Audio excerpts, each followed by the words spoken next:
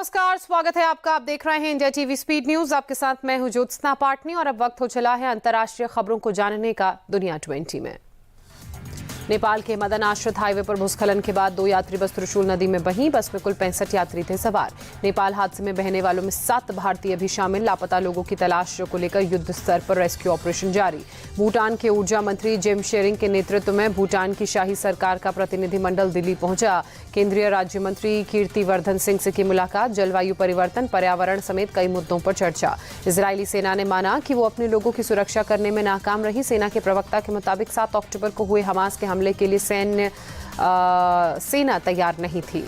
Israeli सेना का दावा, किबूत में एक मकान में 13 बंधकों की मौत इजरायली शेलिंग में नहीं हुई थी बल्कि हमास ने कत्ल किया था। नाटो में शामिल होने का यूक्रेन का सपना टूटा। नाटो की बैठक में अमेरिका ने किया साफ, रूस से युद्ध समाप्त होने के पहले यूक्रेन को इस संगठन का सदस्य नहीं बनाया जाएगा।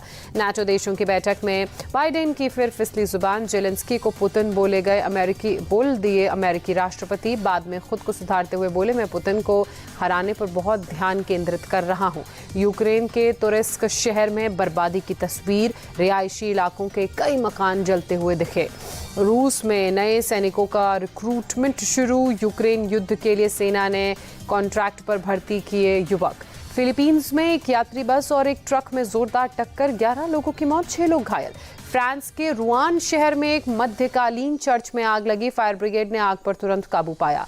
दक्षिण पश्चिम चीन के चुंगचिंग शहर में भारी बारिश और बाढ़ का कहर, कम से कम 6 लोगों की मौत। दक्षिण अफ्रीका के केप टाउन में चक्रवाती तूफान ने तबाही मचाई। तेज हवा की वजह से 15,000 से ज्यादा मकान को नुकसान। केप टाउन के कई इलाकों में भारी बारिश से बाढ़ जैसे हालात। 4,500 से ज्यादा लोग बेघर हुए। रोमानिया में जंगल की आग ने तापमान बढ़ाया। करीब 140 जंगलों में आग का फैलना लगातार जारी। अल्बानिया में जंगल की आग और हीट वेव की वजह से तापमान 42 डिग्री तक पहुंचा। फायर फाइटर्स जंगल की आग को फैलने से रोकने में जुटे। इटली की राजधानी रोम में तापमान 38 डिग्री सेल्सियस पहुंचने से लोगों की परेशानी बढ़ी। प्रशासन ने हीट अलर्ट जारी किया। सर्बिया में तापमान बढ़कर 40 डिग्री सेल्सियस तक पहुंचा। बेलग्रेड में कई लोग गर्मी की वजह से बेघर हुए, बीमार पड़े। अमेरिकी टीवी स्टार किम कार्दाशियन पहुंची मुंबई। अनंत अंबानी, राधिका मर्चेंट की शादी में होंगे शामिल। WWE रेसलर और अभिनेता जॉन सीना पहुंचे मुंबई। अनंत अंबानी, राधिका मर्चेंट की शादी समारोह में होंगे शामिल।